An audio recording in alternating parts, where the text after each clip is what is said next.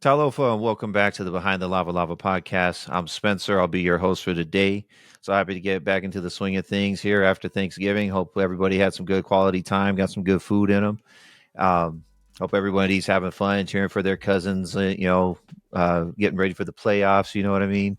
Hope your teams are doing well. As always, this episode is going to be brought to you by Matai. Uh, they, of course, provide the timepiece that tells you the time as we're telling everybody else where you're from. But it's beyond that. It's not just watches now. So keep an eye out for Matai. Thank you for supporting us. Go out and support them. Today, I'm joined by my co-hosts, Michael Tan and Ati Mingi. Glad that we can meet up. First time I've been on the cast for a minute, but got to meet everybody in person at our successful Veterans Day dinner, which we will recap at another time. But anyways, yeah, glad to be back in the swing of things. So today we're going to be talking about basically friendship, various topics and thoughts on that. That's kind of a broad topic. We're going to hone it down to some fine bullet points for you. And so I hope everybody's doing well, and we're just going to get right into it. So I just want to start everything off with an icebreaker question. So I'm going to throw it to Ati to start us off. I want us to tell the people, how is it that you like to roll in the holiday season? Now that we got, Christmas is approaching, we're still, running off all those extra calories from Thanksgiving and everything. But, how do you shift from going from Thanksgiving frame of mind to the Christmas state of mind? So, Ati, tell the people. All right, so that's a that's a good icebreaker question. My frame of mind is always the same. It's continuously the same 24/7, and that's if I could find a golf course to hop on. If it's not too icy or too cold, that's how I like to bring. Like even during Thanksgiving too as well. Started off with a nice uh, tea time with the boys, with the fellas here that I deal with over here in good old El Paso. Play golf. And with every week there's always a change to how our the pot is. So for Thanksgiving our like side pot was $50, and maybe for Christmas we might be a little bit of sweet Benjamin, if you guys know what I mean. So just to compete, that's one of the things. That's on the macro level, so to speak, on the surface level. But within my family here, it's just simple. The way Christmas is coming up is our Christmas tree. And our Christmas tree comes up way before Thanksgiving sometimes. But this year alone, right around now, maybe next week, we'll there's go Christmas tree shopping, put up the lights, and then we're not really big on having a lot of presents, but since we got the kiddos this year, we'll be Christmas shopping. So that's uh that's the transition.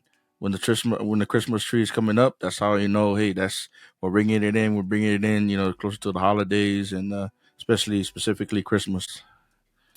So for me, I have to really prepare myself mentally when it's the holiday season, and because my wife and kids, once once right after the Thanksgiving, the day after Thanksgiving, the tree is already up. So for me to mentally prepare for the holidays is to sometimes secretly play some Christmas songs when I'm driving to and from work. Here and there, it's just the Christmas music to try to get me into the holiday moods, and we I become wrapped up in the idea of giving, because Christmas is known for the motto of the season of giving to others. So I try to donate my time, donate money or whatever to people who are out there, and that's how I prepare for the holidays. I don't do really much because I'm not a fan of holidays. Mainly because it's the time that you go broke, having to give gifts to people, and I just want to stay home and do nothing, and just spend time with my family, not keep going out to all these events and stuff that's happening only on Christmas. Why can't they have it throughout the year? All these parties and events, but that's just me. I feel you there. Like I definitely do enjoy like the simplicity of the season. I hate when we overcomplicate stuff. It's actually one of the reasons why, to me, my favorite holiday is actually Thanksgiving, because I feel like it's everything that I like about Christmas, but with all of the the the extra stuff taken out. It's like it's literally like, hey, let's meet up and eat a lot of food. Like it doesn't have to, no special decorations necessary or whatever. We're just here to enjoy each other's company and eat a big meal. And like Christmas is basically the same thing, but with a lot of extra razzle dazzle in it. But I do enjoy the Christmas season. Um, but I purposely wait. Some people start rolling out the Christmas decorations like right after Halloween. That bugs the crap out of me. I'm like, don't disrespect my favorite holiday like that. Thanksgiving's still here. But right after Thanksgiving, it's like, okay, let's start the Christmas stuff. Like this year, we started watching the movies. Like I had Christmas or Thanksgiving with my sister, my nieces, and their friends. And then right after the dinner was done, we started watching The Grinch, watch Christmas Story. I'm like, okay, after the meal, we can start feeling Christmassy now. But the way that I really like to roll in the season now that I'm transitioning from Thanksgiving to Christmas is for me it's the music. I like the ambience of Christmas music, and like I like the traditional stuff. And I was commenting on how I don't like a lot of modern update stuff with Christmas things, because I like the nostalgic feeling of Christmas. So I don't need new Christmas movies. I'll watch my old Christmas movies.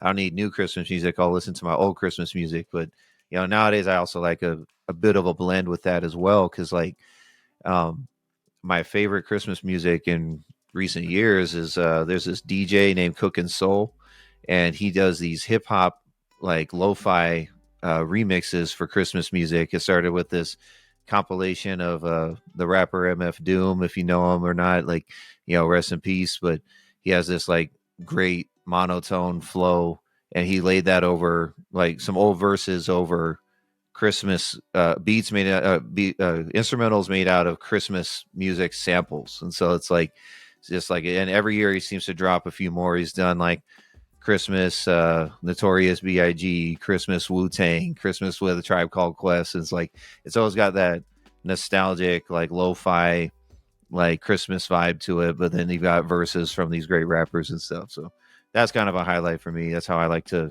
feel like Christmas mode is coming around, as I just start throwing on these playlists and stuff. So I was gonna make a comment.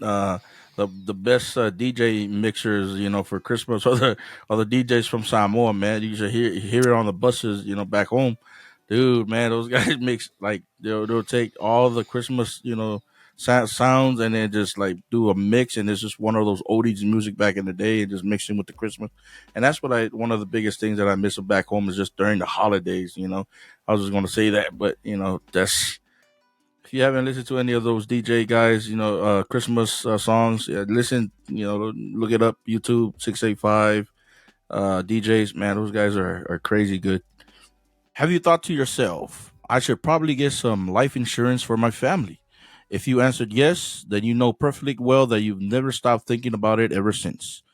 You've been bit by the life insurance bug, and that desire to protect those you love the most in this world will not rest until you either win the lottery, get life insurance set up, or simply pass away, whichever comes first.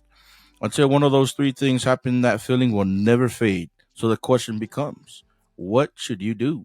I won't bore you with a drawn out answer, but skip right to the punchline. Get life insurance set up right away with an independent broker like Ray Keller, of who has access to every option under the sun, so you pay as little as possible for as much as possible. Reach out to Ray Keller at Independent Island Insurance. Find him on social media or by calling 435 200 4869. Remember, with life insurance, you're either early or you're late. You're never on time. Yeah, before we move on to our topic, I want to ask, why do you guys think that Mariah Carey song "All I Want for Christmas Is You" is so popular? Is it because it's upbeat? Is it because it brings some feelings when you're alone during the season? Or why do you guys think it's popular? Hey, it's Mariah Carey, man. You know, she's the queen of the Christmas albums, man. I just think her voice, just kind of hits all those high tones for me. And as I'm, it's just that's just I don't know, man. Mariah Carey, you can't go wrong with Mariah Carey. Ever since the whole thing when Nick, well, never mind. That's just my thoughts. But hey, uh, I think it is the reason why, man. There's people that love her. She's the holiday queen, I should say. Ever since I don't know, I think she's been number one ever since whenever they started doing records on holiday albums. I don't know, I may be wrong, but that's my thoughts on it. Yeah, the good thing about her is now she has a legacy that every Christmas her song is getting played. Oh, for sure. And I'm pretty sure, like, when she first rolled out with that, it was just like, oh, she's this great songstress, great vocalist, like, and she's making a modern update to a Christmas classic and all this stuff. And so, like, it was a bop, like, it was, I get it. But I think the thing is that, as like I mentioned, like, I'm not the only one who likes nostalgia during Christmas time. And as people have gone on, when you certify yourself as a classic in Christmas, you're coming out every Christmas. And so then it's like, yeah, it'll never die. You're in the circulation for as long as we celebrate Christmas. But then the other thing is that since that song came out, the internet rolled around and people have to turn everything into a meme. And so now, like, the meme status of that song is hilarious because by October, I'm seeing people already posting, like, pictures of Mariah Carey frozen in ice, but the ice is starting to melt. And it's like, okay, guys, it's almost here. She's starting to thaw. And so, like, the meme of that is also going to keep pushing that song. And so, as soon as like Christmas time, once people break out the Christmas music, it's always going to be there because, like, we'll meme it to keep it relevant. But so, yeah, good point on that. But so today we're just going to come at you. It's been a minute since we got since I've been on. These other usos have been keeping it going, but I just wanted I missed our conversations. Some of our best episodes that we've done. Like, we like to get topical. Sometimes we like to, of course, have our prestigious guests that we enjoy having. But some of our favorite episodes are where we can meet up and chop it up on various topics. All right, so yeah, so like today, like, just one of the topics it was on our mind. We just wanted to chop it up is just on the topic of friendship. So friendship means a lot of things to a lot of people, especially as you grow older. You start reestablishing what those boundaries or parameters may mean or whatnot. And so we're just going to start off. Like, I'm going to kick it to the crew. What is friendship? What do you guys think friendship means? First off, so let's define our terms here. Well, as I was growing up, it meant somebody that's not blood relative to you, but somebody that you automatically click with uh, in any type of level, say gaming level, things that you like, somebody that almost becomes a brother, or sometimes almost becomes family, but you guys are not really related in that concept. So that's how I've been viewing friendship, the word friendship, and just confiding in another person that's not blood relative to you, if that makes sense. So um yeah, it's a concept where you develop a lot of, like, because there's another type of friendship where, like, for example, you don't want to marry your own brother, you don't want to marry your own sister, so so that's the sense of it. So first you become friends, and then you become husband and wife, in that, or in these days, husband, wife. um um so it's one of those things where people get to know each other on some sort uh subsurface, or surface level, and then everything kind of maybe goes deep, and then, or at some point they'll just depart and uh, just lose track of each other. But that's my view on it. So friendship is a bond. To me, friendship is more of an exchange of something. It's a give and take relationship when it comes to friendship. Um, Obviously, you can be friends with your blood relatives, but there's a difference between being family and being a friend. So it's, for me, mostly it's just de- being dependable and having that trust that when I rely on you on something, whether it be information or conversation or anything that I would, it goes both ways. If I want something from you, you will need something from me, and that's mostly a an exchange in relationship kind of deal. So for me, it's all about being reliable, dependable, and trust. Right on. Yeah, and so for me, it's like obviously, like we have our familial bonds. Like you said, it's a bond. Like this is a non-familial bond. Um, where in some cases this could be like, everybody will vary on this. Like it can be a bond that's stronger than even familial ones. And because I have, I love my family like dearly, but there's some family that we've not interacted in years, and you know I have people that I'm not familially related to that I'd do anything for because they're always there for me, and I know that that exchange is mutual. So like I think of this. I went down this rabbit hole one time studying that phrase because I see how people quote it and misquote it. And there's a lot of theories as to the origins of the phrase, who actually said it first, and what it exactly meant. But we've grown up hearing blood is thicker than water. But then I found out that was a misquote, that the actual quote was the blood of the covenant is thicker than the water of the womb. Now, and like I said, there's debate as to whether or not that's even the original phrase, but I'm just going to pick that one because that's the one that appeals the most to me. Because the blood of the covenant, a covenant is something like an ideology, a belief, something that you have in common with someone. Blood of the covenant is thicker than the water of the womb. So, like the birth water where you came from. Basically, saying that what unifies us as an ideology, as people, uh, as friends, basically, or teammates, or what have you, is thicker than the water of the womb. So just basically saying like we click on a different level beyond just a familial bond. That's not to say that you can't have the same bond with someone you're blood related to, but to me, friendship, when you I could have friends, and friendship goes in varying degrees. There's friends where they're basically more like acquaintances, where our lives are just kind of intersecting at this time. It doesn't mean that I'm not willing to do more for that person, but as that we continue that bond, as we invest more in each other, um, I have friends that are just as close to me as family would, like, and our blood ties are irrelevant, you know, and so that's kind of where my mind goes with that.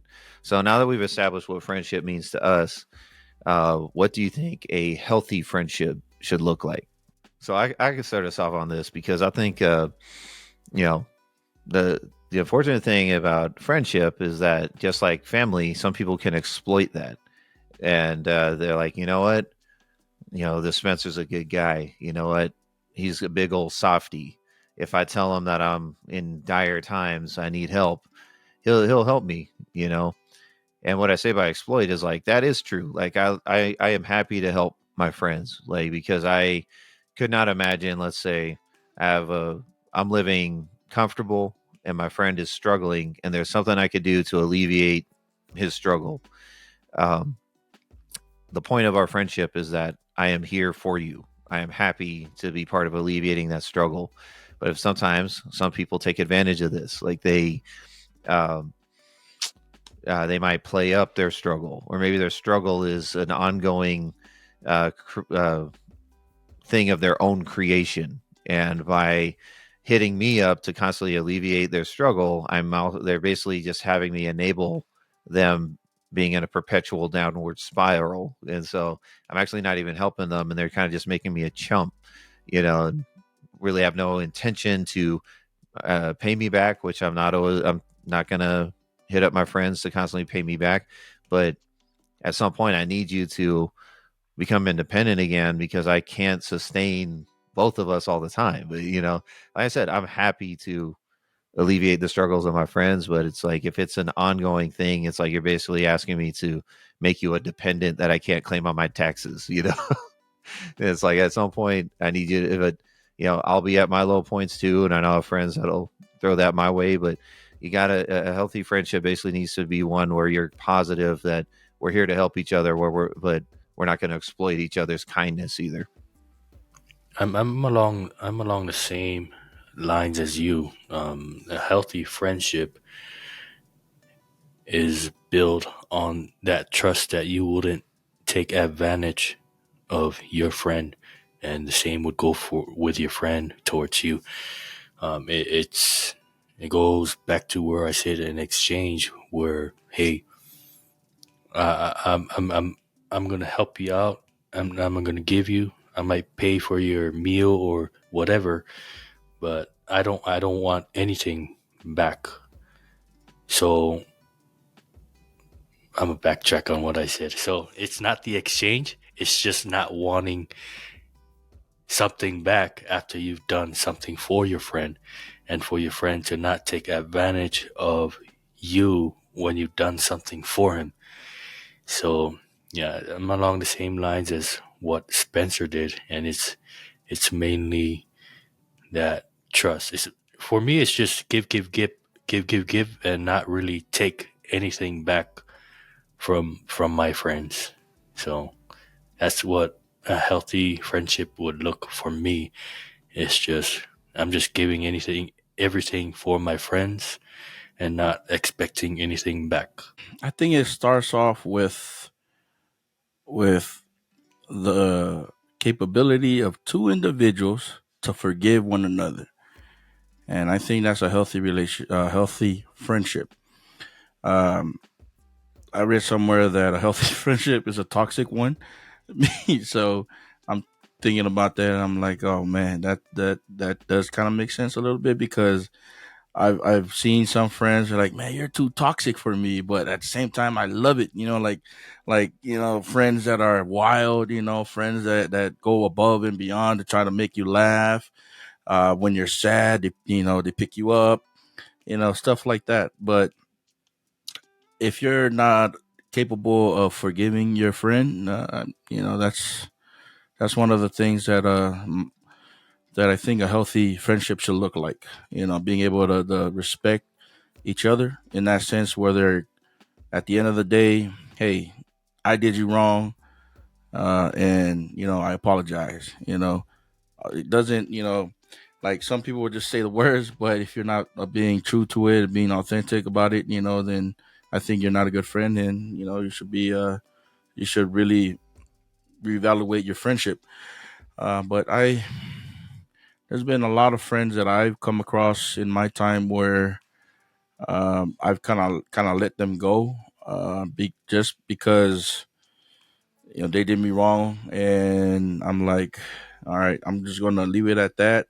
And if you don't come back and talk to me about it, or you know say something about it, then I think you're not good for me, and then just cut. And then I've had friends which till to this day I consider my lifelong friends, because not only we've talked about through some things, I was able to go back, even though I knew that, hey, um I did you wrong, but I kind of pointed out their flaws and they pointed out my flaws, and we built each other up, into um I would say men, being accountable for each other. And one of those friends are my friend till this day that I met during my career in the Navy.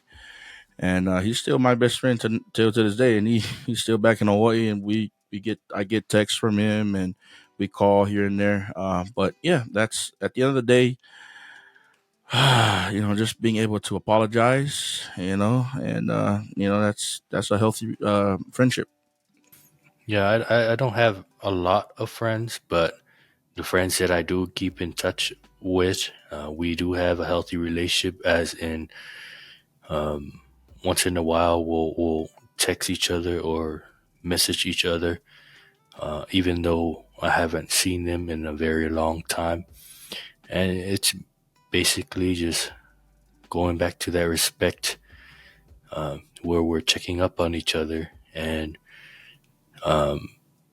just being accountable to you, to the people who you consider friendship. So quality over quantity. I like that. I started thinking about that. You know, in the early 2000s when social media is taking off and people were like actively flaunting how many friends they've racked up, and I'm like, but do you even know those people? Like, how are they a friend? You just added each other on Facebook or MySpace. But definitely something to be said about that. So, next big question on this subject is, what are red flags in a friendship? I like this one. So yeah, I'm eager to hear what you Yeah, guys have to say. I I kind of mentioned it. Red flags are the friend that I would say is a tick on your back and using you for everything, and it's only a one-way street. Uh, so if, for example, you're lending your shirt off to take care of this person, and when you need the help one day and they're not there to show it, even though you're not specifically expressing help, but they can obviously, hey, you're in a struggle, you're in a bind. I think that's a red flag, and they're not lending their hand up. That's a red flag. A friend that actually gossips behind your back when you thought that was a good friend. The reason why I'm saying this because I've had those type of friends before, that they'll look you straight in the eye and tell you one thing, and then you hear different stories from your other friends that are related. Your mutual friends. In that group, that's a red flag. Um, I could think of multiple other red flags, but those are one of my biggest red flags. It's just like, hey man, I'm taking care of you over time, and then I'm here struggling, even though I'm like, do I really need to express, hey, I need some help? Even though I'm confiding in you, like hinting, I'm confiding in you, hey, um, and you know, and then they go behind your back and they talk smack. Those are a lot of red flags. Another red flag could be somebody that you actually thought that was really there helping you, but was actually there to steal from you, that you thought was a friend. Um, and sometimes that friend could be a family member, but specifically friends. But I could. This is a long list of things, but those are kind of like my subsurface level flags. I'm interested to hear from you guys what some Nah, red that's flags fair. are.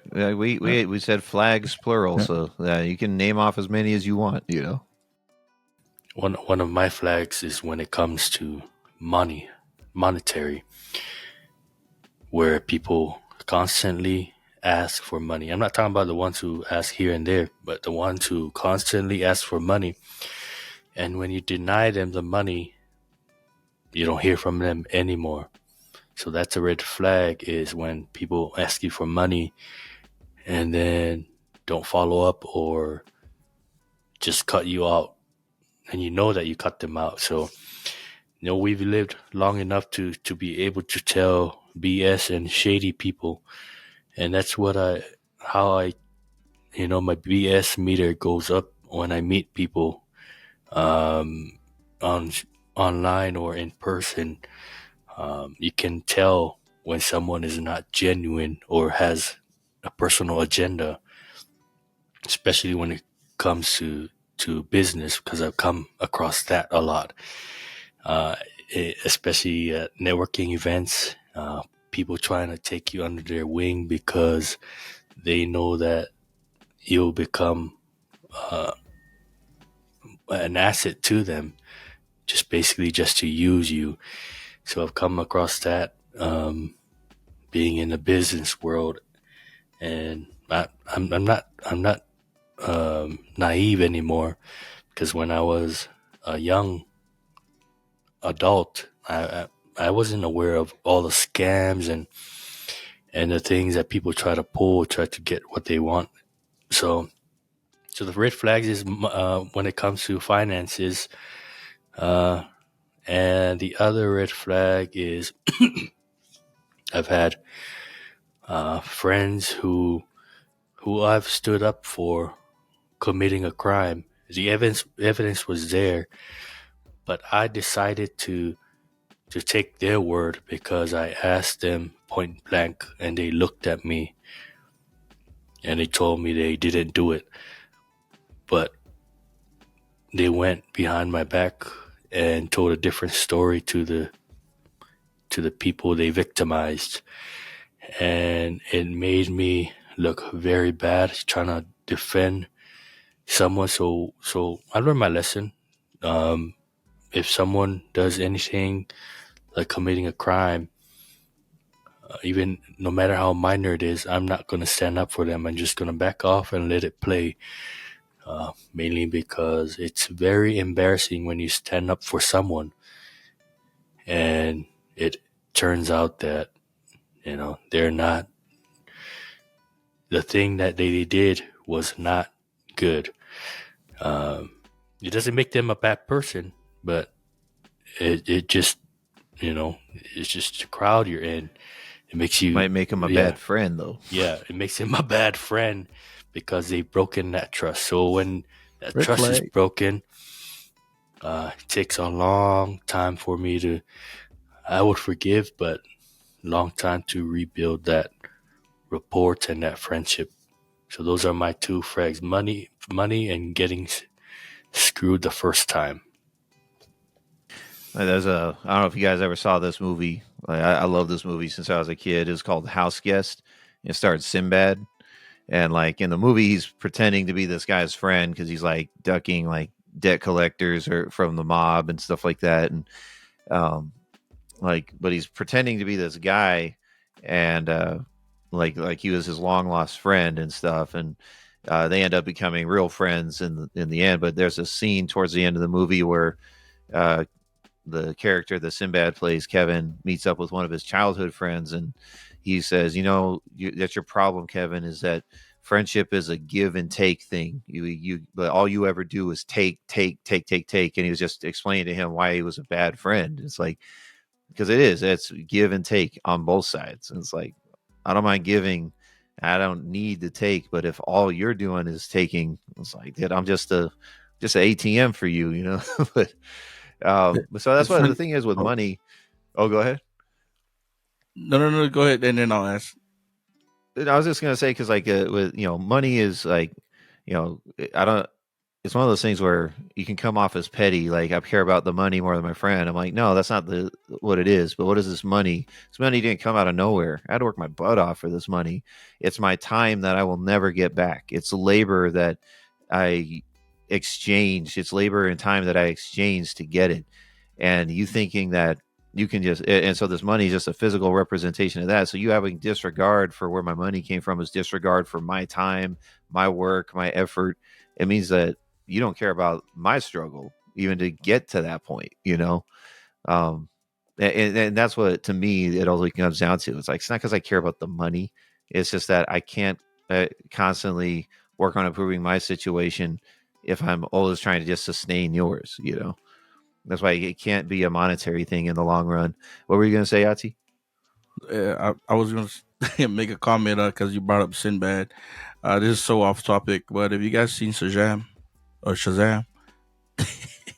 Yeah, it yeah. Shazam or Yeah, Kazam? Because Shazam. Yeah, because I there's watched there's a Shazam. yeah, because there's an ongoing debate online if it whether it existed or not. But yeah, it's just interesting that you know I no, I just saw wanted. that that keeps popping up. I'm like, no, it Yeah, was Shaquille O'Neal yeah. in Shazam. Mm. But yeah, but when people started throwing that out there, I'm like, yeah, yeah, Sinbad playing Shazam. I'm like, that happened, right? And I'm like, oh Yep, crap. and it did. Is that one of those Mandela effects Yeah, things? yeah. That's why I brought it up. Yep. Sorry, But off topic. oh no, it's all good. It's all good. So like for me, when so here's my red flags. Here's my main one is if our friendship can be jeopardized by religion and politics. Because there's a time in American history, or so I hear, where people didn't make politics the focal of everything when it comes to their relationships. And I'm like, where people could like be on completely opposing sides on an issue, but that doesn't affect who they are as people and how they interact. It's like we'll still go about our lives, we'll still be friends, we'll still be neighbors. But now you have people straight up disowning family members because they find out they supported Trump or find out they didn't get vaccinated, saying you're not welcome to Thanksgiving no more or something like that because of issues. And like, same goes for religion as well. I'm like, look, I am who I am, and I'm unapologetic about that. You can take me as I am, and I do not need people to agree with me on anything for me to see them for who they are as a person and appreciate them. So, like one of my longest standing friends is an avid atheist, and um, it doesn't matter. Like we are like best friends. Like he's like my brother to this day. We don't have to agree on this stuff. And but when I start meeting people where they're willing to like start hemming up our standing because of something like that, that's a red flag to me. Where it's like, all right, man, well, I'm not changing who I am, and I don't expect you to change who you are. But if you expect that of me, we're probably gonna have to go our separate ways. All right, and so moving on from that, so we've identified our red flags. So now we know what our red flags are. What does a healthy friendship look like?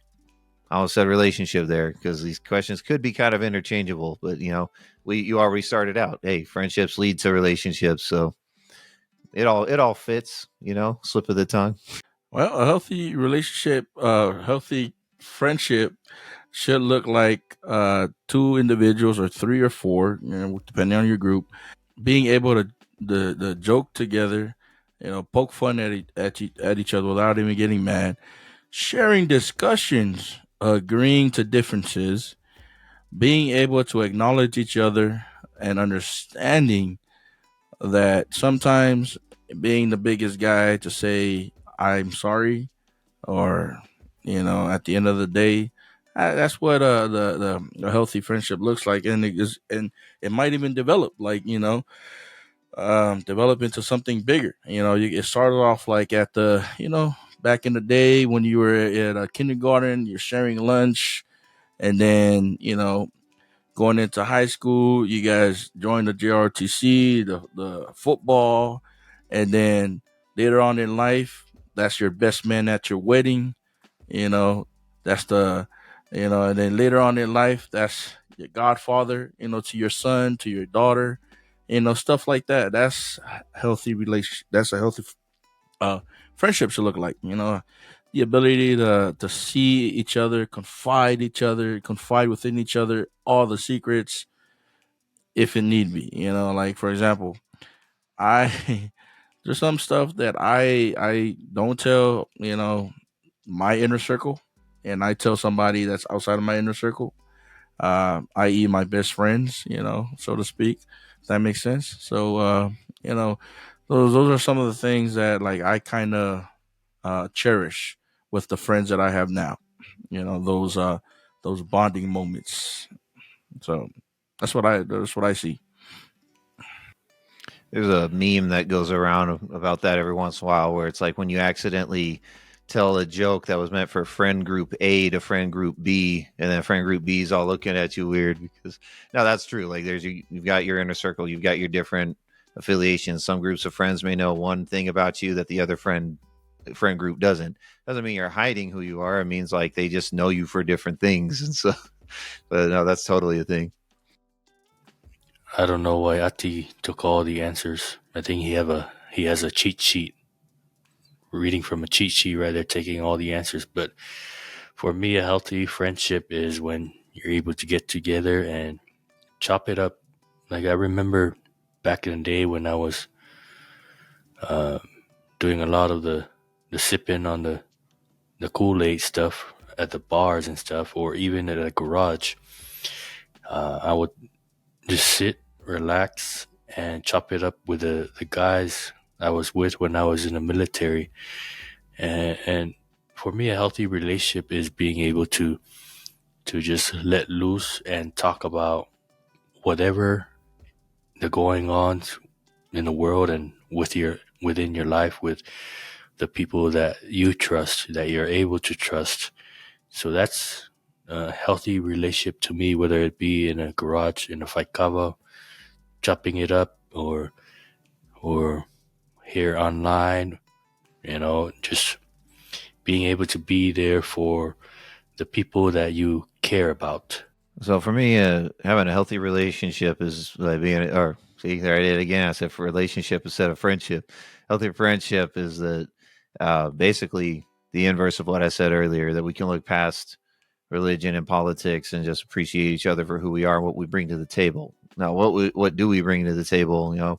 Maybe it's good conversation. Maybe it's we want to enjoy watching a sport together or something like that. As long as we can maintain that, not bog each other down with like petty differences. That's cool. I think also a healthy friendship is the ability to look past our shortcomings. Because I know one of my issues that all my friends basically have to unfortunately deal with is like I like conversation, and as a result, I tend to talk too much. And like depending on my energy level, people listening, like my energy level either has me like hyped and like higher tone of voice, or I'm like kind of low and monotone like I'm probably talking right now. It's like, and I get it, like that can be grating, especially if I have the tendency to bring up the same topic and issue time after time. But my friends, I appreciate them for being able to just put up with me and allowing me to have that social interaction, build my social battery a little bit, and like I appreciate that because I regard that as a healthy friendship, is because I know I'm not a nugget of gold here. Like I have my issues just like everybody else, but I have friends that like me regardless, so appreciate them.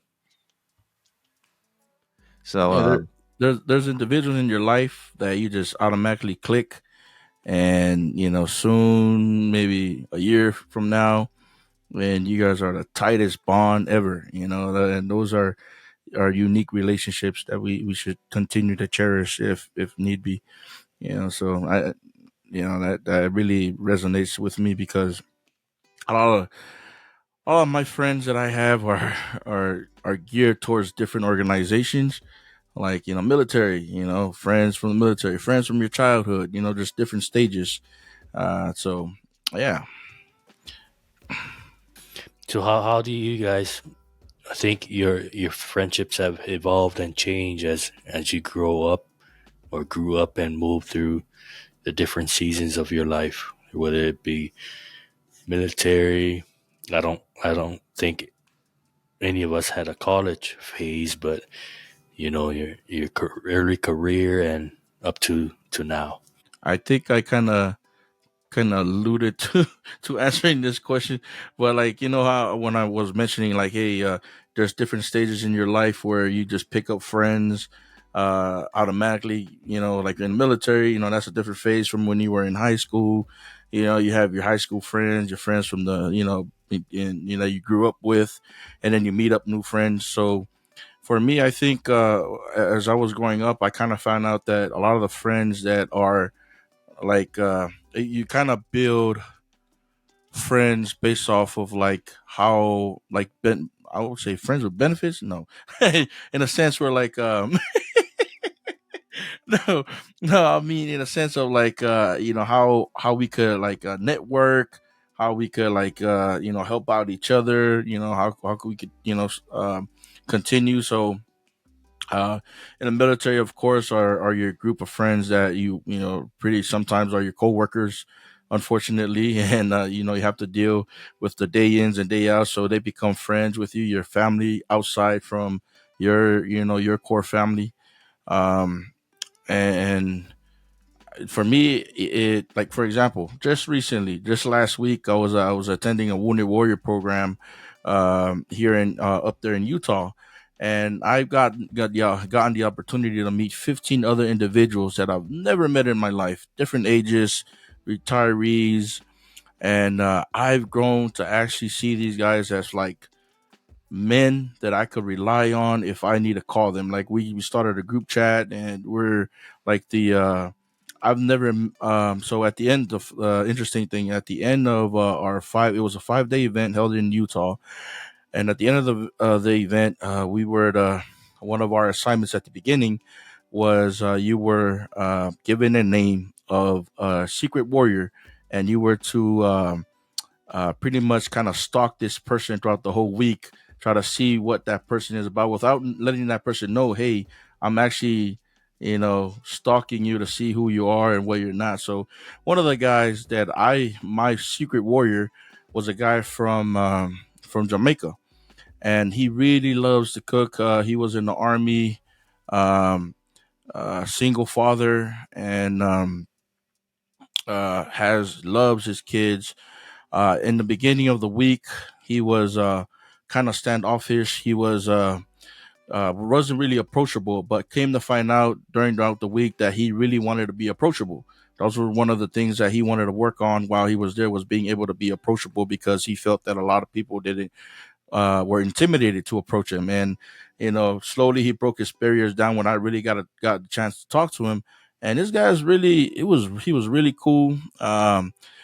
He Some of the same things that we loved, our values. He valued love. I valued love too as well. So those are kind of the things, like, you built friends in different stages, and I found out that the older that I'm getting, I would really have need friends that are true and authentic, and more importantly, true to themselves. Like, you don't have to fake the funk with me, save face or whatever. Just, I would rather have authentic relationships. I would rather have genuine people that's there to actually help me build myself, and vice versa. You know, and I'm still getting old, and I think I'm still going to make new friends, just like how I just made these 15 friends just this past week alone. Yeah. I think for me, how my friendship has changed is when I was from kindergarten to high school. It was still in that phase where we're trying to learn who our friends are, and at the time we're still naive. We don't know what the word friends are. It was more geared towards, hey, who can I go through school with? And now, right after graduating high school, going through the military, it was more of building a bond, but it was still like a situationship. You were in a situation, but there are some people here and there where you start to form a deeper bond that, for me, I got out and I still keep in touch with maybe one person when I was in with the military, one or two that I still considered very good friends to this day.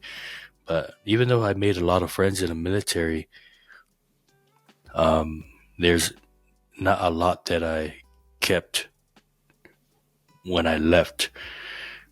And what I mean by that, I'm still friends with people, but the bond is deeper with a few of them. And then, and now as a married individual, grown up a little bit more, I just need friends to get me through life.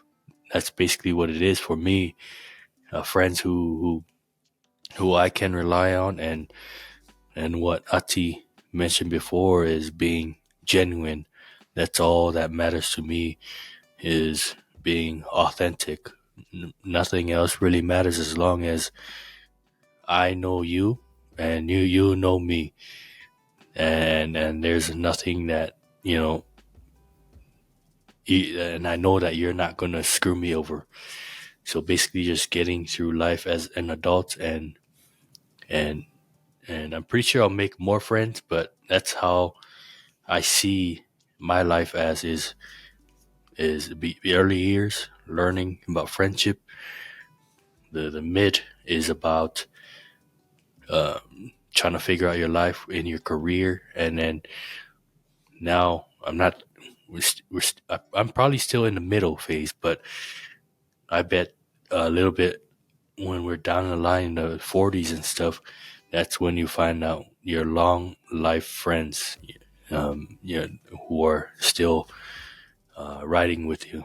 Yeah, as we go through these different seasons in life, there's a lot of you know, we learn and we grow. That's the thing, is like we're not even the same people now that we were back in high school. Like our views have changed, and the roles of people in our whatever our current situation is have changed. Um, I consider myself very lucky that I've mentioned before. I went to high school in a very, very small town. My graduating class was about 20 kids, but I love that experience. And the thing is that one of the benefits of having gone to school where I had such a small uh, graduating class size is that most of us are still in touch to this date.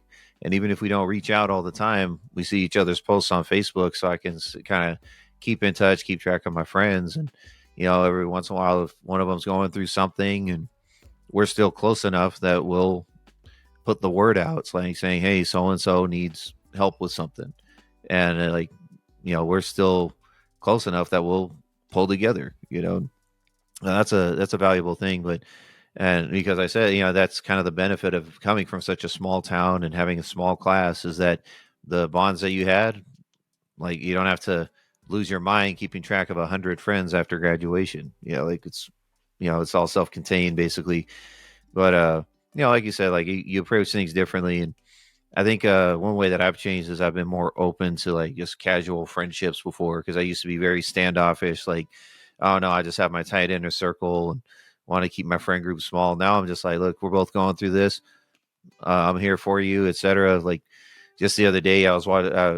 I hit up this guy that I met just a year ago. I was going through advanced leadership course for the Army out in Massachusetts, close to Boston, Fort Devens. And it was just me and a bunch of other E5s and a few E6s trying to pass ALC so we could go advance to our next rank. We only spent 2 to 3 week course together. Never knew each other before or since, but we were close enough, and we all went through this, like you said, situation together, situationship, that we do still occasionally just put something out on the group chat, just saying, "Hey, what's up?" I hit this one guy up because I remember he knew the UFC fighter Chase Hooper, who had just fought earlier last month. And I saw him, I'm like, oh, Chase got a win. Oh, let me hit up my friend and say, hey, your boy Chase got it done today. Like, and so like I'm a little like, does that make us like deep close friends?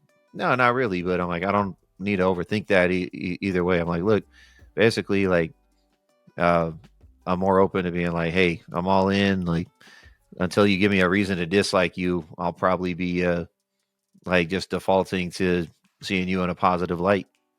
So I feel like I have a tendency to not overthink things and just try to be friends with everybody I can. So I'm gonna bring in a cultural question. Why do you think it's so easy for us to make friends with our people, the Polynesian people? Because I find that my relationships with the Polynesian people last longer than my relationship with people who are of other ethnicities. Because I have a few white friends and a few black friends and Hispanic friends, but I don't have a lot. It's mainly the Polynesian people that I have a lot of friends with. What do you guys think? I speculate a lot of it might have to do with that there's not very many of us, in a global population. We're kind of a drop in the bucket, like there's like whenever you talk about a minority in a country like the United States, and like you might think immediately of like the black population, and the black population I believe is like 30% of the American population, maybe less. And the Hispanic population is a bit more numerous, but then when you start thinking of Polynesians in general, I think we barely hit like 5% of the population. That's just Polynesians in general. Like what about Samoa specifically, American Samoa specifically for you guys? It's like the further down you go, I wonder if like people can't help but feel a kinship because in the bigger, broader world that we're a part of, uh, there's a shorthand with Polynesians. It's like we know how our family dynamics were most likely. We know how our upbringings and values were most likely. Not every Polynesian is the same. Not every Samoan's the same, but by default, there's a little bit of a shorthand there when connecting with people. So I wonder if that's the case. Yeah, that's. I was gonna just add on to the icing on the cake there, Spence. um, I think it really has to do with our similarities, specifically the brown color, the language that we speak, the culture, also the struggle, because we all know the struggles of being Samoan, being growing up from an island, and we're more relatable to each other, in that sense. And I think we know a lot of the jokes that like that inner joke, or that uh you know like the Samoan joke, so everybody kind of understands, and kind of explaining that to the outside, like, hey, didn't really understand, but like I think just a lot of the similarity is the reason why our relationship kind of lasts more longer compared to our outside ethnicities. And I would say that is because of our own ethnicity, where a lot of the things that we grew up on, like Spencer was alluding to, that we understand, and maybe a, a cause of why we still kind of like are drawn, like in a group of 100 people. If there's like four Samoans there, we're more drawn to make friends with those four Samoans compared to the other 70 or 96 people that's in the group. And we first find similarities, and then we attach to that, and then everything else is kind of like it'll just automatically click. And I think that's the other word too. Like we automatically click with our own people compared to other ethnicities. So that might be a reason too. I'm even just speaking as somebody who, like, I have the luxury of being able to jump into that group, but usually, I will be the whitest guy in the room claiming to be Samoan typically. And, in my friend groups, it's always like, oh, who's the Palangi guy? Like, there's no anger or hatred when it goes out, but I'll generally be known as like the white guy in the group, and understandably, I know how I look. Is they hear you say some of the words or know some of the customs, are like, oh, wait, which of your parents is Samoan? And then it goes down from there. It's like they pick up on it. They pick up on it over time. Like I said, I've said this story before, where when I first started bouncing at a club, like I was just kind of standoffish because I don't like coming up to polys and just being like, "Hey guys, I'm poly too," because they'll be like, "What? Who's this Palangi dude?" And it's like, but I'll wait because after a while they pick up on it, and then they'll be like, "Hey, what are you?" That's typically how they ask. And but the point is that it happens though over time. They pick up on it, and they once they find out that you have a connection to the group, they bring you into the group. And I've always ever received anything but kindness as a result in that too. So I've experienced as someone who knee jerk reaction, looks like an outsider, but gets brought in. So for me, I just realized in our conversations that I keep saying that I have few friends. So my friends out there are probably like, oh, so you don't consider me friends? But the level that I'm speaking about is because I have three levels of friendships. So the one where you just meet people and you become friends in the terms that you haven't really had a deeper conversation. So the everyday people that you meet and you basically use for networking. The second level is the friendship that I'm always saying that I have few of, or the people that I've actually sat down and actually have conversations with, and or at least had dinner or lunch, or to that extent. That's the second level. And the third level that I have even fewer is the inner circle. So those are the three levels that I was referring to, because I just realized that I keep saying that I have few friends, but I have a lot of friends. But it's just the second level that I was referring to. I was gonna ask you guys that question, like, how does one become a friend? Like, no, not like how, like, your levels, like, you know how, like, people will say, oh, we're not friends, we're just acquaintances, like, how, and so that's nice, that's good that you brought that up, Tan, because, and I was thinking, like, do I really have friends, or are they just acquaintances? Just kind of that question in my head. So yeah. I think acquaintances are just the people that you meet at work, or you meet at events, or you come across that you just have small talk with.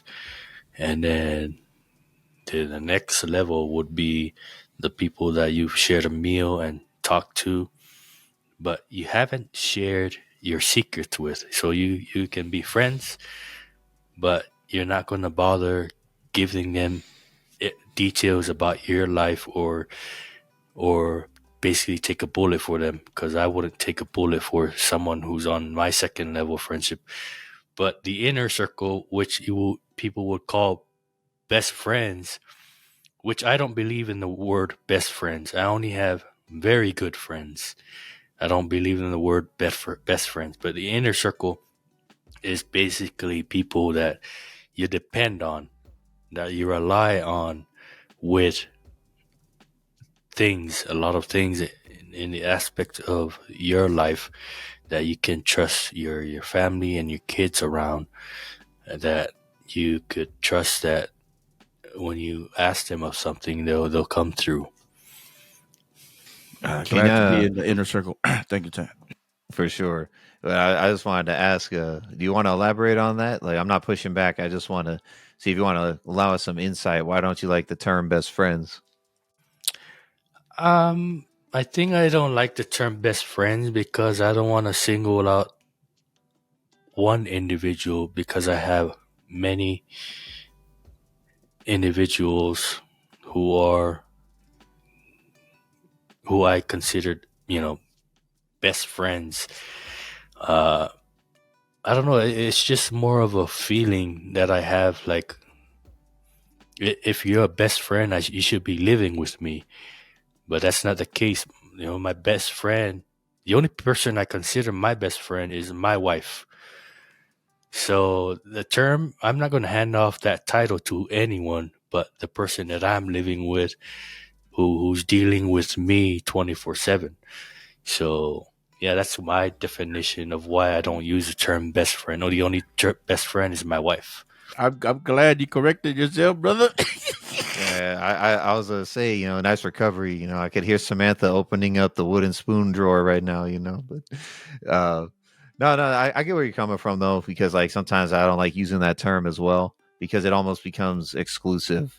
I don't want to exclude other people that I put on that level.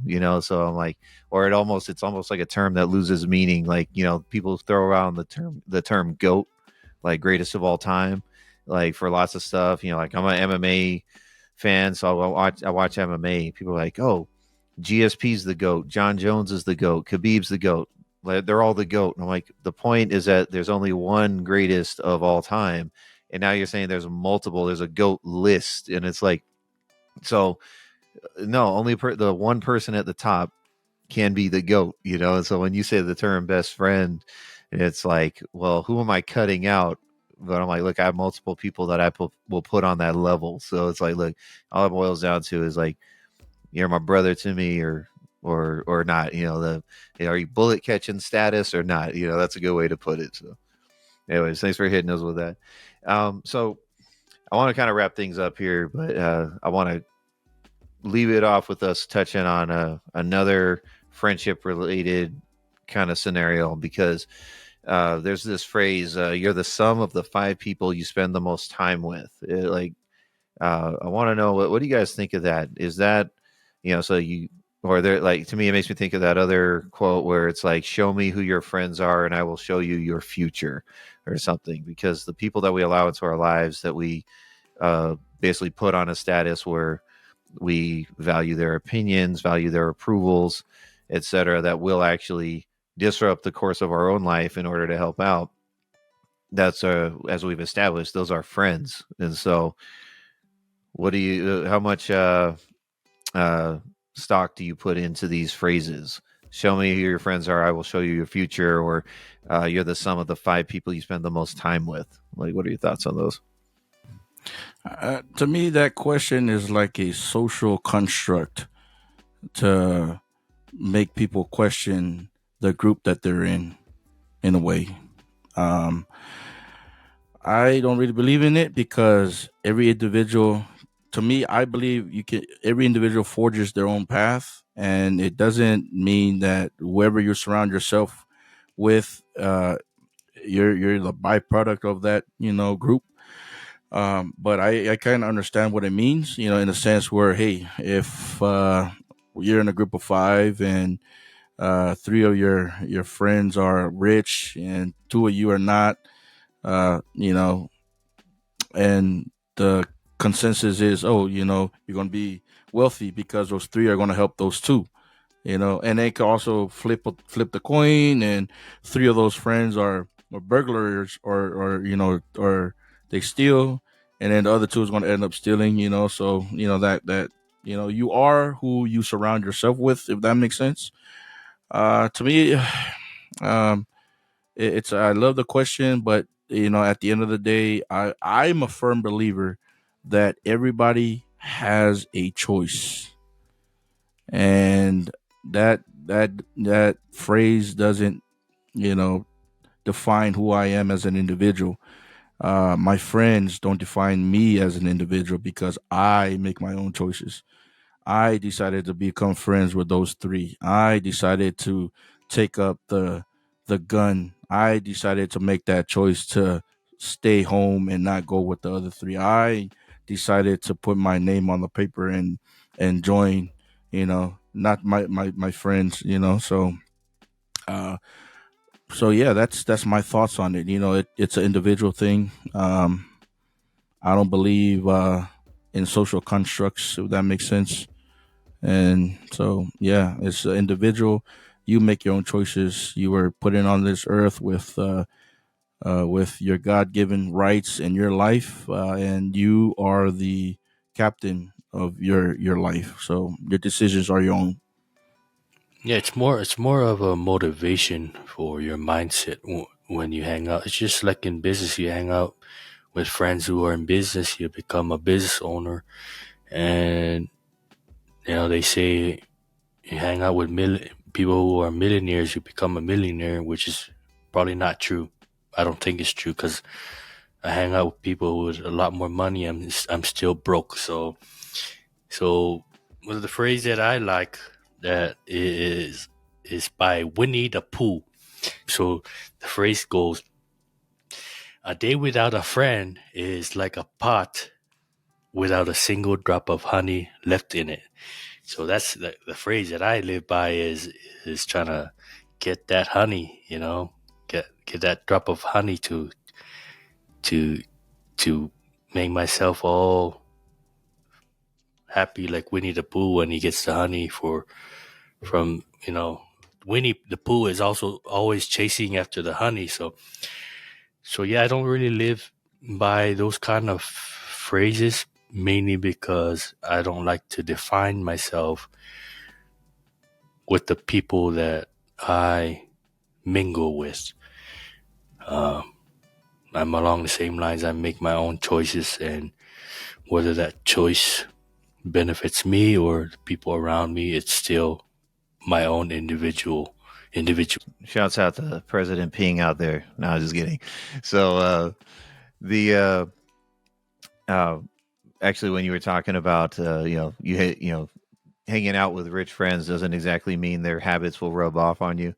Reminded me of, like, there was that uh, I don't know, it was just kind of like a brain teaser or something, or a mental exercise people were putting out, or just some dumb crap people say on the internet where they're like, what would you rather take, $500,000 or uh, getting dinner with Jay-Z? and trying to make the argument that you would, by having dinner with Jay-Z and picking his brain, you would somehow unlock the secrets of becoming a mogul. And then Jay-Z was asked that in an interview. He's like, what would you tell the fans? Hang out with you for a day or 500 grand? And he's like, dude, take the money. He's like, he's like, what are you going to learn from me in a dinner? He's like, look, I made all these rap albums. I already put the my knowledge in the albums. Go buy the albums with the 500,000. So, but no, I'm along the same, like, trajectory. I'm like, look, I have many successful and driven friends, and their habits have not rubbed off on me. I think there's only so much that they definitely can influence you, but there's only so much influence that they can push. I'm like, my habits are my tendencies to procrastinate or not be driven on certain lines have nothing to do with the people I hang out with, because I have very driven people around me. Like, I am who I am, like Popeye said, Um, but there are definitely people who, I think there's friends that uh, they can definitely influence you in other ways, but I think maybe in ways where the reason you guys are friends is because you already have a certain thing in common, and because of that, they're accentuating traits that you already had. And so, like, I could definitely see them influencing it like that, but I don't know if someone can really predict my future to if they saw my 5 friends, because, like, my friends all walk very different paths as well. Like, they do not. I have friends that will never intersect. I have my jujitsu friends. I have my Faikava friends. I have my work friends. None of them. The only common factor is me, and they. I doubt that you could predict my future by listing off my friends in all those circles. So yeah, I don't put too much stock into that, but I could see where they're trying to get at, and I'm open to being proven wrong. Leave that in the comment section how wrong I am. Well, so those are our thoughts right there, just kind of on the general broad topic of friendship. That's kind of what we've come to, hone our thoughts on today. So thank you everybody for tuning in and joining us. We're grateful that you keep supporting us, like, well into the second year of the life of this podcast. Like, it's been a great journey. So please continue to support us, and be sure to catch us on all social media platforms wherever you listen to podcasts. Follow us on the social medias, Instagram, Facebook. Find us on the website as well, and be sure to support Matai. Only timepiece that tells people, it'll tell you the time, but telling people where you come from. And so it's beyond that. It's more than just timepieces. So be sure to support Matai, and they're rolling out with some big stuff, especially coming up on the new year. And we'll catch you all next time. Till 5.